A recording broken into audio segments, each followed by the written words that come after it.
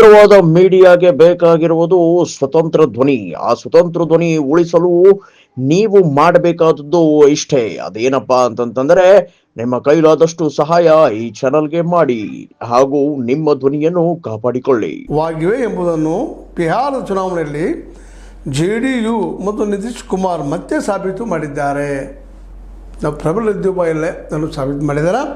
ಅದೇ ರೀತಿಯಾಗಿ ಉತ್ತರಕ್ಕೆ ನಿತೀಶ, ದಕ್ಷಿಣಕ್ಕೆ ಕುಮಾರಸ್ವಾಮಿ ಪಕ್ಷವನ್ನು ಅಧಿಕಾರಕ್ಕೆ ತರಲು ಎಲ್ಲರೂ ದುಡಿಯಬೇಕು ಅಂತೇಳಿ ದೇವೇಗೌಡರು ಕರೆ ಕೊಡೋರು. ಅಂದ್ರೆ ಈ ಕರ್ನಾಟಕದಲ್ಲಿ ದಕ್ಷಿಣದಲ್ಲಿ ಕುಮಾರಸ್ವಾಮಿಗಳು JDS ಅನ್ನು ಬೆಳೆಸ್ತಾರೆ. ಅವರು ನಿತೀಶ್ ಕುಮಾರ್ ಬೆಳೆಸಿದ್ರೆ ಇಲ್ಲಿ ಇವರು ಬೆಳೆಸ್ತಾರೆ ಅನ್ನುವಂಥ ಒಂದು ಆಶಾವಾದವನ್ನು ಹೊಂದಿದ್ದಾರೆ.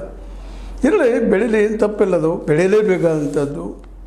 ಆದ್ರೆ ಎಷ್ಟರ ಮಟ್ಟಿಗೆ ಇದು ಸಾಧ್ಯ ಅನ್ನಿಸೋದು ಮೊದಲೇ ಪ್ರಶ್ನೆ ಅದು. ಆದರೆ ಅವ್ರ ದೊಡ್ಡ ಕನಸು ದೇವೇಗೌಡರದ್ದು ಏನಪ್ಪ ಅಂದ್ರೆ ಸ್ವತಂತ್ರ ಸರ್ಕಾರ ರಚಿಸಬೇಕು ಅಂತೇಳಿ.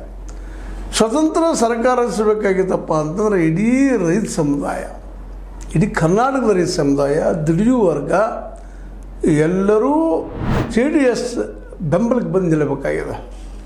ನಿಲ್ಲಬೇಕಂತ ಅನಿವಾರ್ಯ ಇದೆ. ಅದು ಎಷ್ಟು ಸಾಧ್ಯ ಅಂತ. ಯಾಕೆಂದರೆ ಇಲ್ಲಿವರೆಗೆ ಆದಂಥ ಮೂಮೆಂಟ್ಗಳಲ್ಲ ಯಾವ ಪ್ರಮಾಣದಲ್ಲಿ ನಮ್ಮ ದೇವೇಗೌಡರು, ನಮ್ಮ ಕುಮಾರಸ್ವಾಮಿಗಳು ರೈತರ ಪರವಾಗಿ ಹೋರಾಟ ಮಾಡಿದರು. ಅವರು ಹೇಳ್ತಾರೆ, ಇವತ್ತಿಲ್ಲಂತ ನಾವು ಅಧಿಕಾರದಲ್ಲಿದ್ದಾಗ ನಾವು ರೈತ ಸಾಲ ಮನ್ನಾ ಮಾಡಿದ್ವಿ, ತಮ್ಮ ಕೆಲವು ಸಾಧ್ಯತೆಗಳನ್ನು ಹೇಳ್ಕೊಳ್ತಾ ಇದ್ದಾರೆ. ಆದರೆ ನಿಜವಾಗಿಯೂ ತಾವು ಅಧಿಕಾರದಲ್ಲಿದ್ದಾಗ ಈ ಬೆಂಬಲ ಬೆಲೆಯನ್ನು ಕಾನೂನು ಮಾಡೋದಕ್ಕೆ